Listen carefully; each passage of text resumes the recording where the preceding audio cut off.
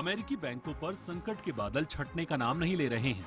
पहले silicon valley bank बंद हुआ, फिर सिग्नेचर बैंक पर ताले लगे। वहीं पिछले ही हफ्ते क्रिप्टो फ्रेंडली एक और अमेरिकी बैंक सिल्वर गेट कैपिटल भी बंद हो चुका है। ऐसे में ये कहना गलत ना होगा कि एक के बाद एक अमेरिका के कई बैंक संकट से जूझ रहे हैं। यही वजह है कि फेड बेल आउट ऐलान के बावजूद अमेरिकी बैंकों के स्टॉक्स में गिरावट लगातार जारी है। सवाल उठता है कि कहीं ये हालात 2008 के जैसे वित्तीय संकट की आहट तो नहीं है। इन कयासों के पीछे ठोस कारण भी हैं।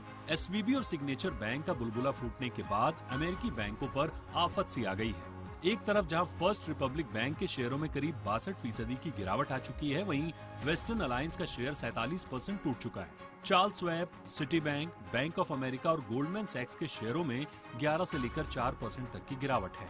यानी बैंकिंग सेक्टर से जुड़े स्टॉक्स लगातार कमजोर बने हुए हैं। इस पूरे मामले में छोटे बैंकों के साथ दिक्कत ज्यादा है। अकाउंट होल्डर छोटे बैंकों से पैसे निकालकर बड़े बैंकों में जमा करा रहे हैं। इसके ग्लोबल असर की बात करें तो अमेरिकी बाजारों के बनते बिगड़ते मूड का सीधा असर यूरोपीय और एशियाई शेयर बाजारों पर देखने को मिलता है। सेंसेक्स 20 से अछूता नहीं रहता।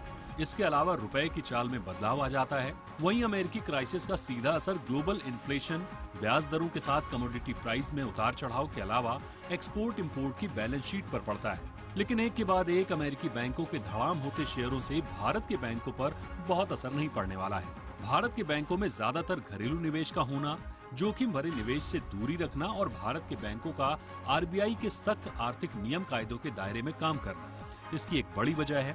हाँ, ये जरूर है कि जब अमेरिकी बैंकों के शेयरों को लेकर निवेशकों के सेंटिमेंट्स बिगड़ेंगे तो सेंसेक्स पर भी इसका असर तो जरूर पड़ेगा। अमेरिकी बैंकों के शेयरों में गिरावट की सबसे बड़ी वजह बॉन्ड की यील्ड का बढ़ना था, मगर पिछले कुछ दिनों में हालात सुधरे हैं। अमेरिकी फेडरल रिजर्व ने साफ कर दिया है कि जिन बैंकों के पास उनके बॉन्ड हैं, वो उसे खुले बाजार में बेचने के बजाय सीधे फेड को बेच दें। इस ऐलान के बाद बॉन्ड की यील्ड तेजी से कम हुई है। लेकिन एक बात तय है कि अगर अमेरिकी बैंकों पर संकट के बादल नहीं छटे तो सर्विस सेक्टर से जुड़ी नौकरियों पर भी इसका ग्लोबल असर पड़ सकता है। ऐसे में जितनी जल्दी अमेरिकी बैंकों के स्टॉक पटरी पर आएंगे, ग्लोबल इकोनॉमी के लिए उतनी ही अच्छी बात होगी। ब्यूरो रिपोर्ट, जी मीडिया।